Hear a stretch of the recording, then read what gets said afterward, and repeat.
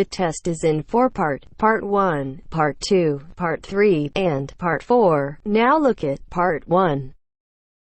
Part 1. You'll hear a telephone conversation.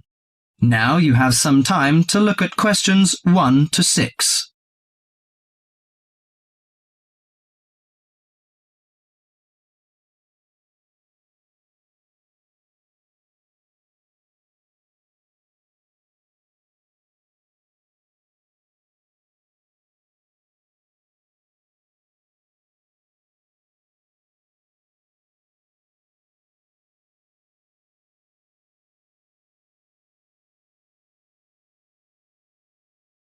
Listen to the conversation and answer questions 1 to 6.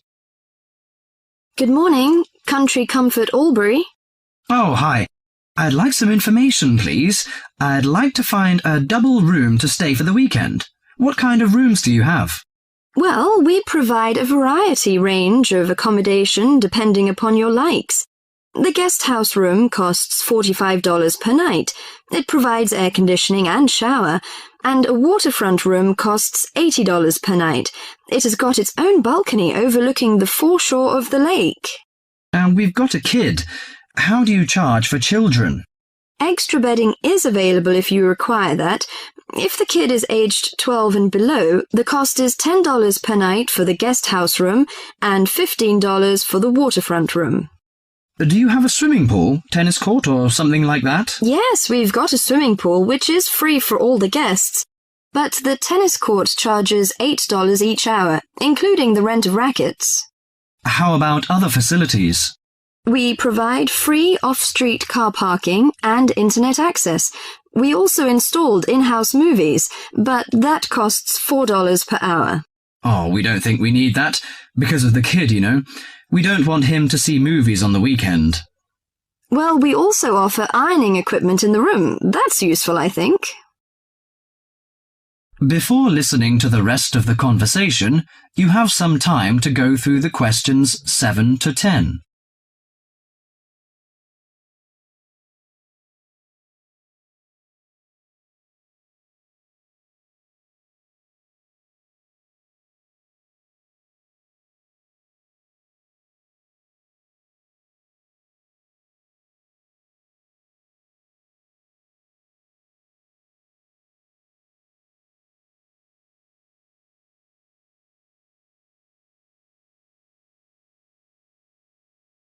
Now listen to the last part of the conversation and answer questions 7 to 10.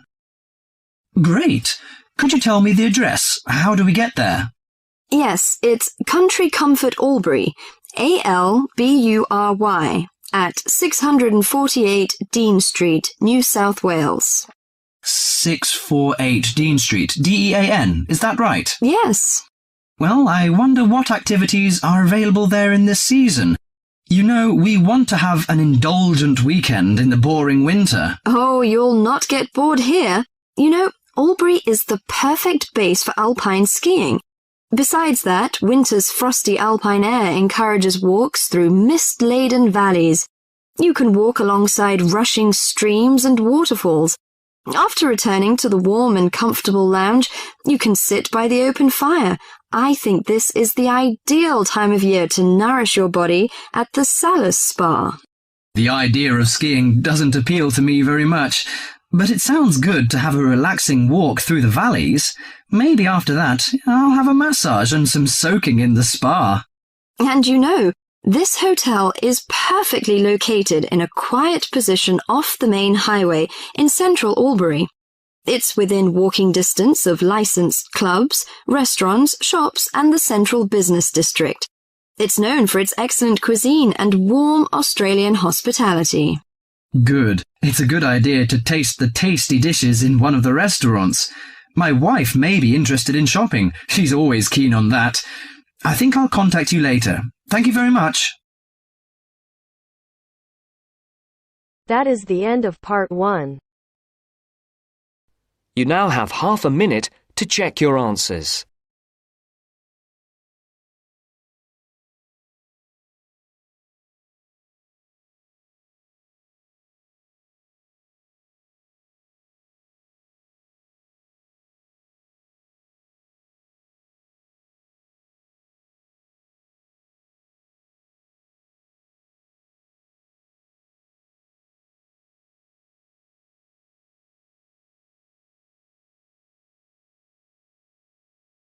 Now turns to Part 2.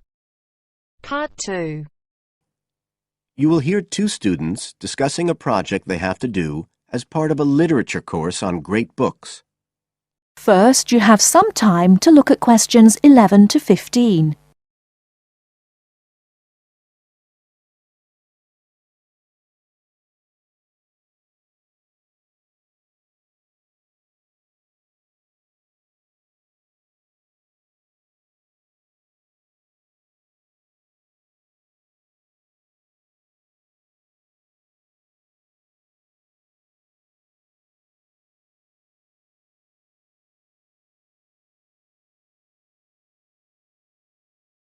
Now, listen carefully and answer questions 11 to 15. Hi, Joey. How are you doing? I heard you were sick. Oh, hi, Olivia. Yeah, I had a virus last week, and I missed a whole pile of lectures, like the first one on the great books in literature, where Dr. Castle gave us all the information about the semester project. I can give you copies of the handouts. I've got them right here. But that's okay. I already collected the handouts, but I'm not very clear about all the details. I know we each have to choose an individual author. I think I'm going to do Carlos Castaneda. I'm really interested in South American literature. Have you checked he's on the list that Dr. Castle gave us? We can't just choose anyone. Yeah, I checked. It's okay. Who did you choose? Well, I was thinking of choosing Ernest Hemingway, but then I thought, no, I'll do a British author, not an American one. So I chose Emily Bronte. Okay. And first of all, it says we have to read a biography of our author. I guess it's okay if we just look up information about him on the internet? No, it's got to be a full-length book. I think the minimum length's 250 pages. There's a list of biographies. Didn't you get that? Oh, right. I didn't realize we had to stick with that. So, what do we have to do when we've read the biography? Well, then we have to choose one work by the writer. Again, it's got to be something quite long. We can't just read a short story. But I guess a collection of short stories would be okay? Yes, or even a collection of poems, they said. But I think most people are doing novels. I'm going to do Wuthering Heights.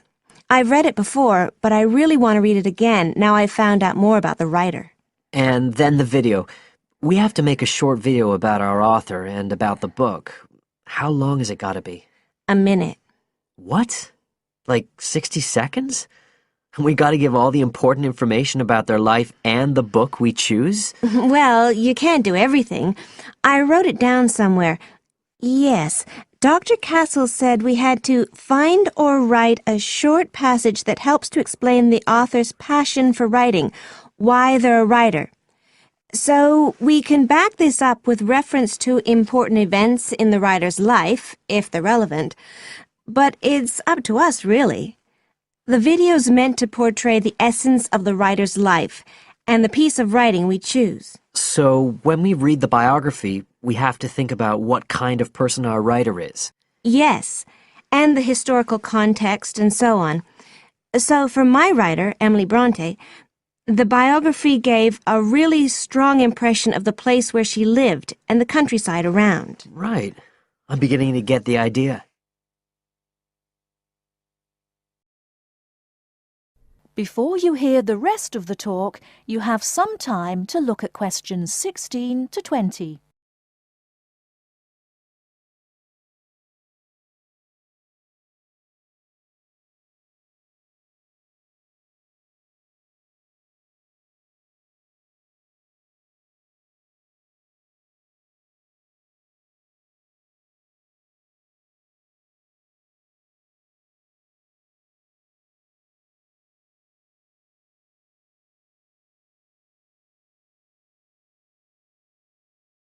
Now listen and answer questions 16 to 20. Can I check the other requirements with you? Sure. The handout said after we'd read the biography, we had to read the work we'd chosen by our author and choose a passage that's typical in some way, that typifies the author's interests and style. Yes, but at the same time, it has to relate to the biographical extract you choose. There's got to be some sort of theme linking them. Okay, I'm with you. And then you have to think about the video. So are we meant to dramatize the scene we choose? I guess we could, but there's not a lot of time for that. I think it's more how we can use things like sound effects to create the atmosphere, the feeling we want. And presumably visuals as well? Yeah, of course. I mean, I suppose that's the whole point of making a video. But whatever we use has to be historically in keeping with the author. We can use things like digital image processing to do it all. So we can use any computer software we want? Sure. And it's important that we use a range, not just one software program. That's actually one of the things we're assessed on. Okay. Oh, and something else that's apparently really important is to keep track of the materials we use and to acknowledge them. Including stuff we download off the internet, presumably? Yeah, so our video has to list all the material used with details of the source in a bibliography at the end. Okay. And you were talking about assessment of the project. Did they give us the criteria? I couldn't find anything on the handout. Sure. He gave us them in the lecture. Let's see, you get 25% just for getting all the components done. That's both sets of reading and the video. Then the second part is actually how successful we are at getting the essence of the work. They call that content, and that counts for 50%. Then the last 25% is on the video itself, the artistic and technical side. Great. Well, that sounds a lot of work, but a whole lot better than just handing in a paper. Thanks a lot, Olivia. You're welcome. That is the end of part 2. You now have half a minute to check your answers.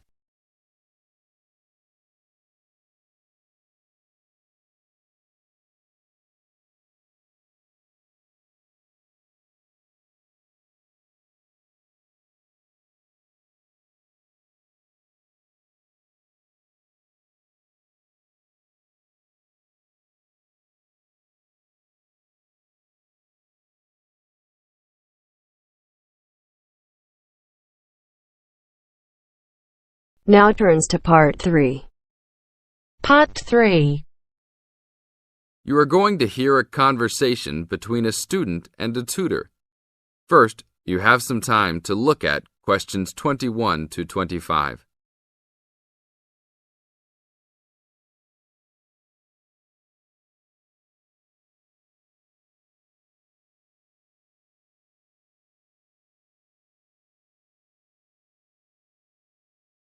Now listen to the tape and answer questions 21 to 25. Hi, Brad. I was wondering if you have time to answer some of my questions about my upcoming test. Sure, no problem, Jeff. What is it that you're having problems on? Well, it's for my English final. We have to prepare a 5-minute speech to present in front of the whole class, including the professor. So I'm a little bit worried. Is there any specific topic, or can you do it on whatever you want? It has to have something to do with the origins of English literature. I'm thinking of doing it on Shakespeare, but I bet many other students will have the same idea. That's fine. Don't worry if others are doing the same thing. As long as you do a good job, that's all that counts. A good professor will grade all students fairly. You really think so? I suppose Shakespeare is the most famous author, so it should be fine. Besides, Shakespeare has so many works. You only have to choose a couple of them and talk about those. I guess you're right. Do you have any advice about how to prepare a speech? First, you need to select your topic. Have you done this yet? Yes, I have lots of information on Shakespeare. Good. Next, you should do a research on a specific topic. Do you have a deadline for which to turn in your speech topic? The deadline is next Tuesday. So you should have a detailed outline of what you will say by then. Do not just turn in a piece of paper saying Shakespeare on it. That will not give your professor any idea as to what you will be talking about. Okay, so you think I should write out an outline of my speech? Of course! Writing your speech out in outline form is essential. No one could give a speech from scratch. Even the president must refer to his outline when giving a speech. An outline will give you a good structure to base your speech on. Now look at questions 26 to 30.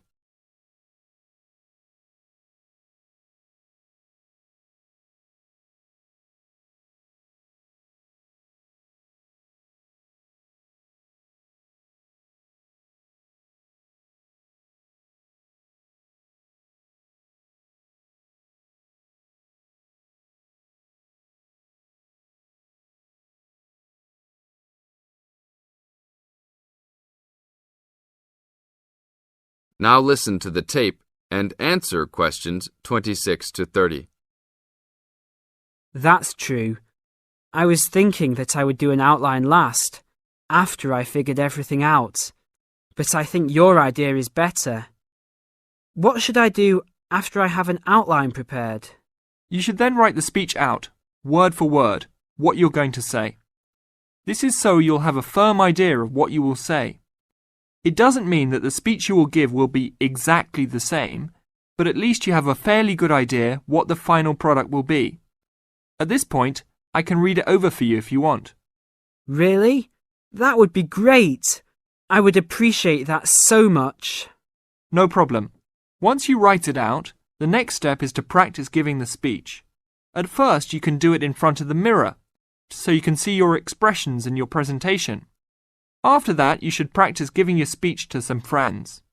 I can listen to it for you too. That's a great idea. I really owe you a big favour then. Sure, you can do my Latin homework for me. Just kidding. Seriously, don't worry about it. I can help you with anything you need. So when is the speech due? Well, the speech topic is due next Tuesday. The speech itself will be due next Friday. I can help you any time you want because I have no tests this next week. Besides, I'm an English major and Shakespeare is one of my favourite authors, so helping you out will be no big deal. Thanks so much.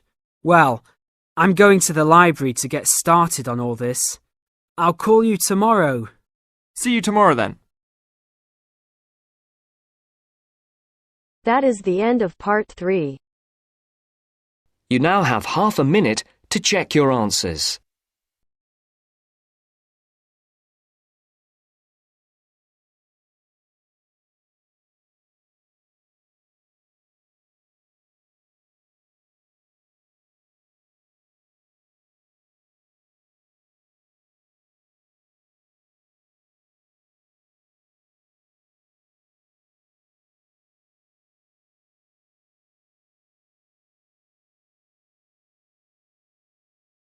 Now turns to part 4. Part 4. You'll hear a lecture on MSG. First, you have some time to read questions.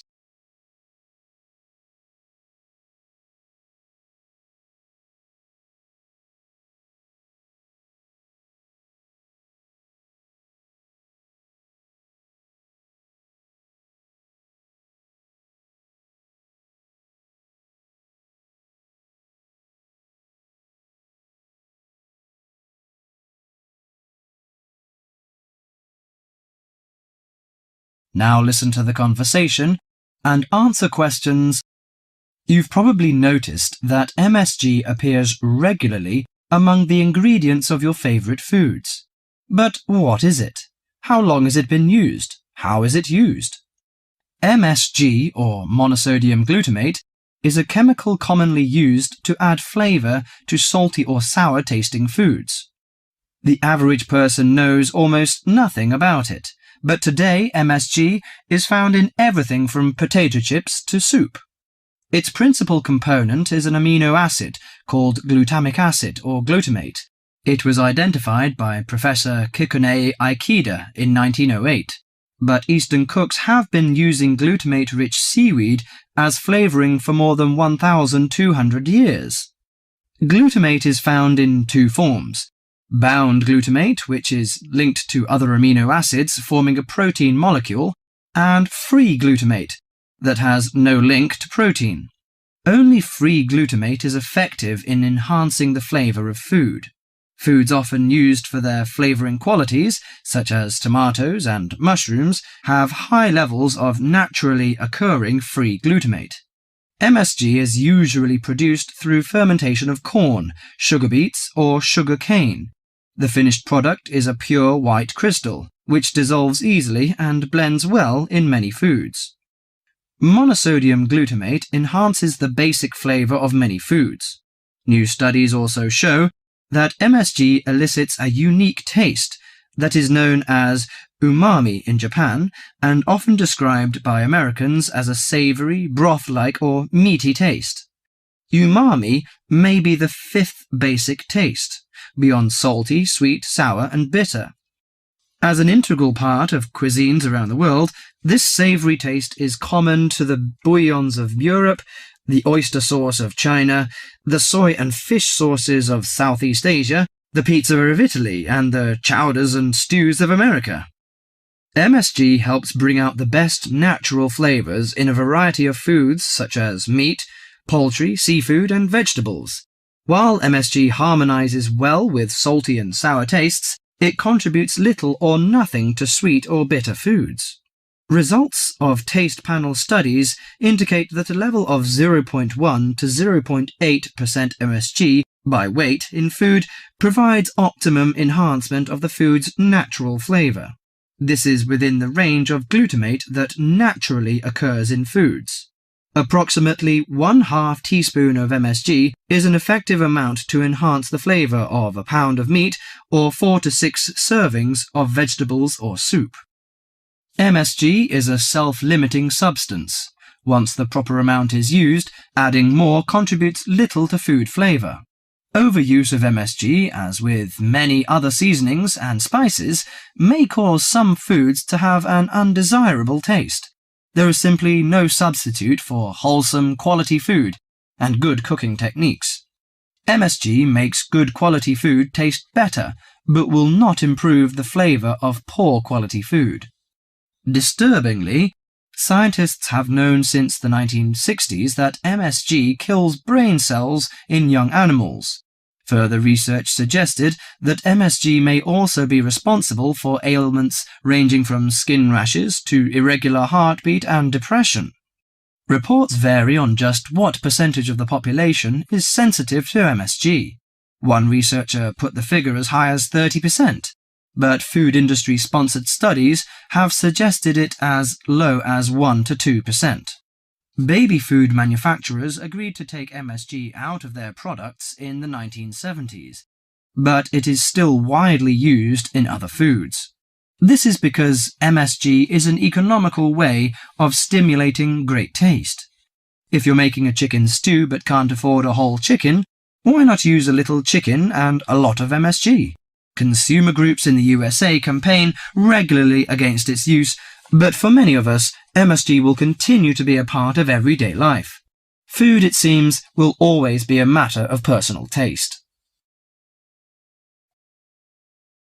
That is the end of part 4.